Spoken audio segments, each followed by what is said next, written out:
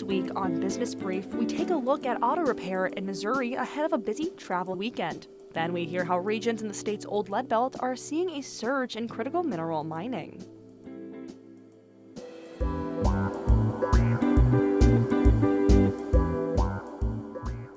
Welcome back to Business Brief, Missouri Business Alert's podcast focused on the business news and issues shaping the state. My name is Yasha Mikowajczuk, and I'm joined by my co-host, Noah Grabianski. Yasha, you excited for the 4th of July? I am. I always look forward to seeing some fireworks shows. They are pretty spectacular. They are spectacular, but you know what's more spectacular? What could be possibly more spectacular than fireworks, Noah? These headlines. Let's get right into it.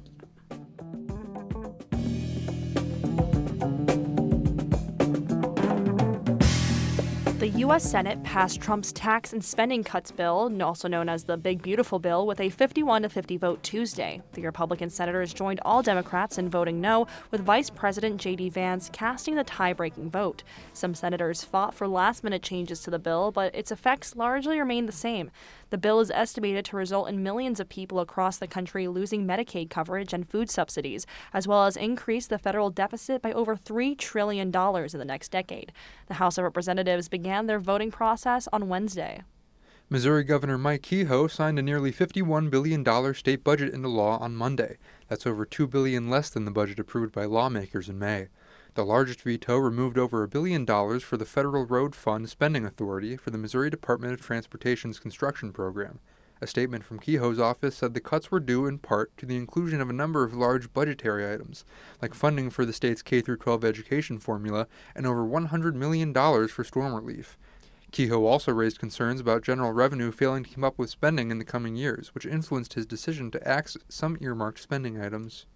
Shortly after Governor Mike Kehoe signed the state budget, the Missouri National Education Association filed a lawsuit to block state funds from being transferred to the Most Scholars program. Lawmakers appropriated $51 million for use by the program administered by the state's treasurer's office that oversees the distribution of scholarships to K-12 private school students. The MNEA argues that using state funds to bankroll the program violates multiple state laws, including the law that created the Most Scholars program, which says the money for the program must come from tax-deductible donations to educational assistance organizations. The Missouri Division of Cannabis Regulation on Monday announced 9 openings within the Missouri Cannabis Regulation Collaborative. The collaborative is a working group created in 2024 to open conversations between state regulators and the marijuana industry. The 9 collaborative openings include 1 position each for licensees from anywhere in the state with testing or transportation operations. The 7 other vacancies are restricted by both license type and region. About 3,200 St. Louis area Boeing workers are part of a union that authorized a strike if contract negotiations with the company fail. The International Association of Machinists and Aerospace Workers said 99% of its members approved a possible strike on Sunday. This doesn't mean a strike will happen. As a Boeing spokesperson said, the vote to approve a strike is a procedural step that happens in every contract decision. Negotiations over wages and benefits began Tuesday. St. Louis area Boeing workers produce defense aircraft in St. Louis County, St. Charles, and Mascoutah. Workers at area Boeing sites haven't gone on strike in nearly 30 years. MU Health Care and Anthem Blue Cross Blue Shield failed to negotiate a new contract in a Monday hearing with members of the Missouri Senate. Representatives from both groups met in front of the Senate Insurance and Banking Committee for 3 hours to resume negotiations after their failure to agree upon a new contract by April 1st ended coverage for around 90,000 Missourians. The hearing largely consisted of members from both parties as well as healthcare customers airing grievances with each other. Anthem's parent company has offered annual increases of 1% over the Consumer Price Index, which would be 3.3% for this year, but MU Healthcare's latest offer asked for 9%.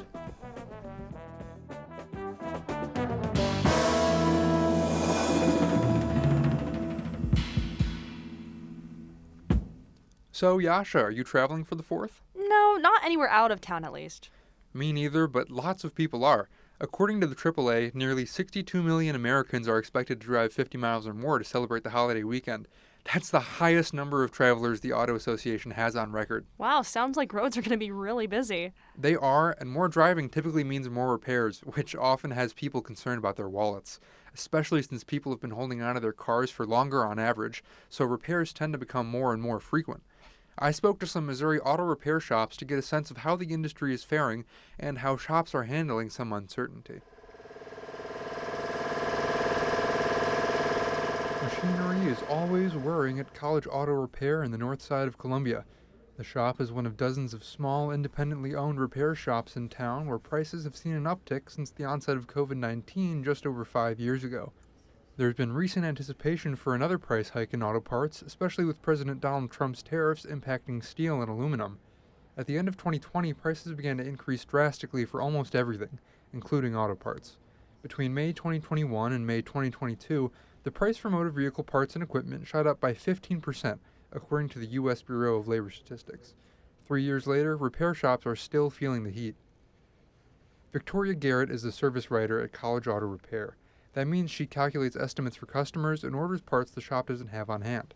She says that over the past few years, price increases have also affected the availability of some parts. I've noticed a lot more or of an increase in prices, and it's some parts are a little bit harder to find than others.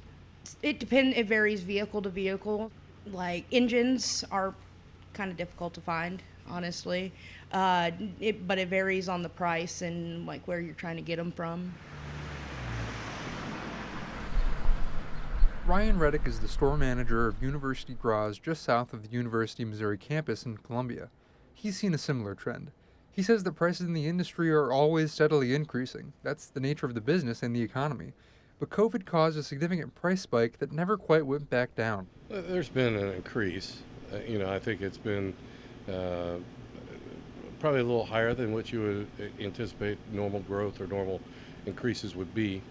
In my mind, I would say that it's probably been approximately 15%. Garrett has noticed a similar increase in price. Ian Belulis, a mechanic at Columbia Auto Repair, has too, but in the price of tools he uses.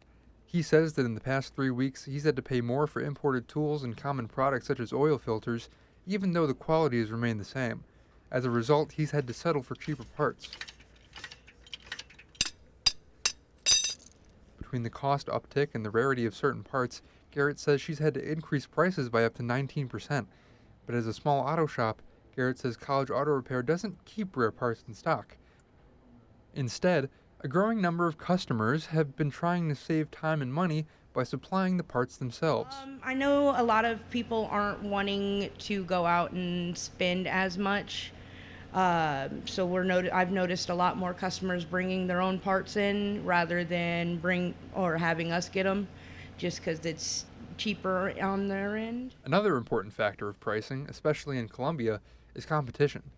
Businesses such as University Garage have to keep prices competitive and consider where in town they're located. I think everybody has their own particular customer base, and everybody's fortunate to have that's in our business. But as far as pricing goes, yeah, I think it keeps us all in check because of the numbers of shops available out there people can do business at. Looking towards the future, there are some conflicting views about where the trends will go next. The Consumer Price Index for motor vehicle parts and equipment has shown a general upward trend in the last year. If Trump continues enacting tariffs on certain metals crucial to the auto industry, or on trade as a whole, it could spell more price spikes. But Reddick is a little more hopeful. In his experience, auto repair has a tendency to reflect the larger economy and its ups and downs. Therefore, without some major change to the economy, auto repair won't change from its steady trajectory. Drastic either way. I think it's going to remain pretty constant. And if there are some radical changes that do come about potentially in the future, well, it's going to affect everything, not just our industry.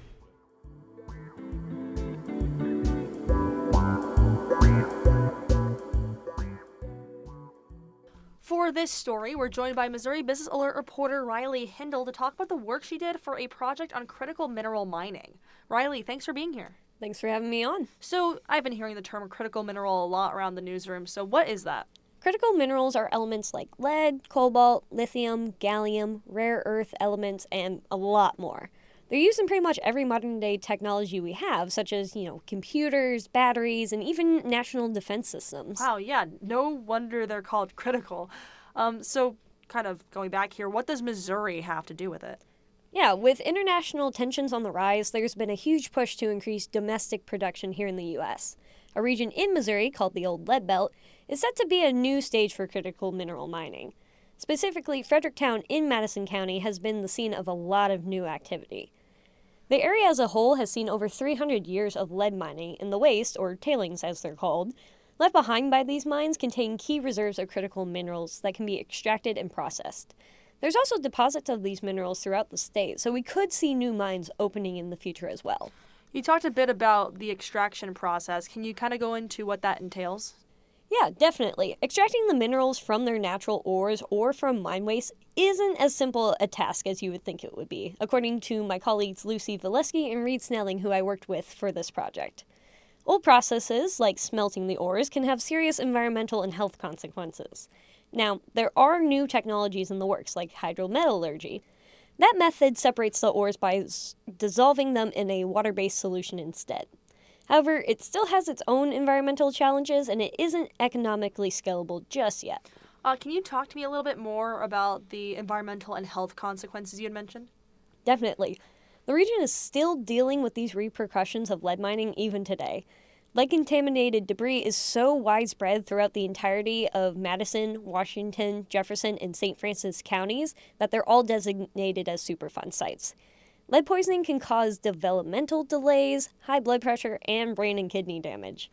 All it takes is a tiny amount of lead to elevate levels in one's blood and cause the issues that come with it.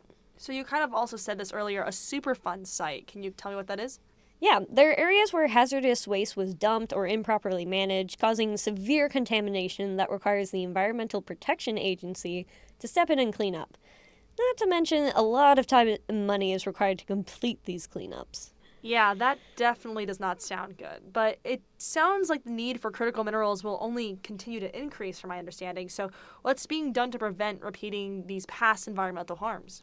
Yeah, because the area is a Superfund site, the EPA does have strict regulations that businesses looking to move into the area need to follow to prevent the spread of further contamination.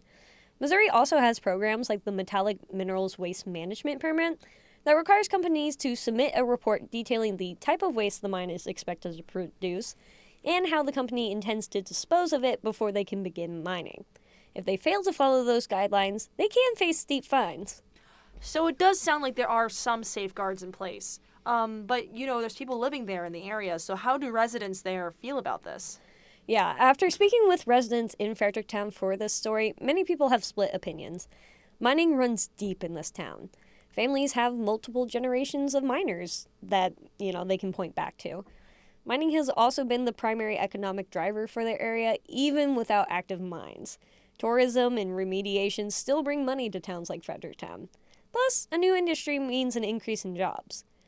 However, the legacy of contamination and a fire at a battery recycling plant in Fredericktown that caused the issuance of shelter-in-place orders has other residents understandably concerned. They're calling for these mines and plants to be properly regulated and farther away from human habitation. No matter what view they have about renewing mining operations in the area, people realize that this industry could boost the region while recognizing it still needs to be done in a safe manner. Yeah, sounds like there's still a lot to work out as the industry gears up for new mining activity. Well, Riley, thank you for joining us. Of course. And for more information on Riley's story on mining in the old lead belt, visit MissouriBusinessAlert.com.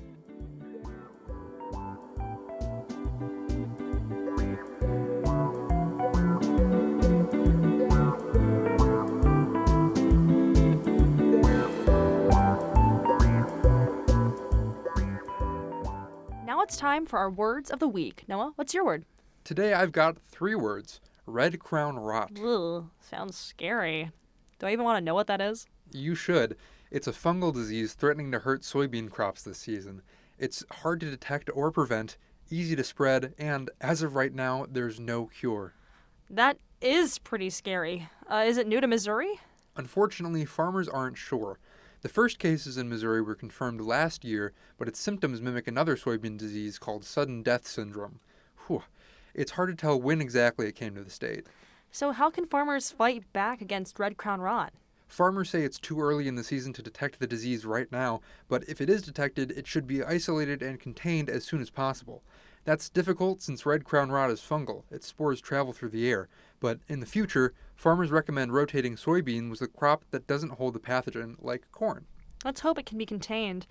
On a brighter note, my word today is fireworks. Ooh, we'll be seeing plenty of those this weekend. We will, and prices for fireworks have been on the rise for the past few years, but tariffs aren't expected to have a huge effect on consumers yet. Really? Are most of them made in America? Quite the opposite, actually. Experts estimate around 95% of fireworks to be made in China, if not more. Then why aren't tariffs a factor? It's simple. Most fireworks were shipped before any applicable tariffs went into effect. Outlets from around the area said that over 90% of their supplies were shipped overseas without any additional or unexpected costs. But what does this mean for the next 4th of July, or even New Year's Eve? Well, that is hard to tell as of right now. Tariffs on trade from China are at 30%, but President Trump has talked about raising them to 55%. Unless this changes, it is likely that firework displays will be more expensive in the future. That doesn't make them any less pretty, though. Indeed. Now it's time for our closing thought. Our closing thought today comes from Ryan Reddick, the store manager of University Garage in Columbia. He stressed the importance of competitive pricing in the shop's business model. Absolutely. Yeah, you got to have that to keep everybody, on their toes, and you've got to make money. You're in a business to make money, but you also have to be prudent and not drive your customers away by overpricing yourself. So it's a kind of a catch-22. Well, that's all for this week. N33 Project and DeWolf provided music for this episode for my co-host Noah Grabianski and editors Kelly DeRook and Michael Stacy. I'm Yashmika Wychuk. Thank you for listening.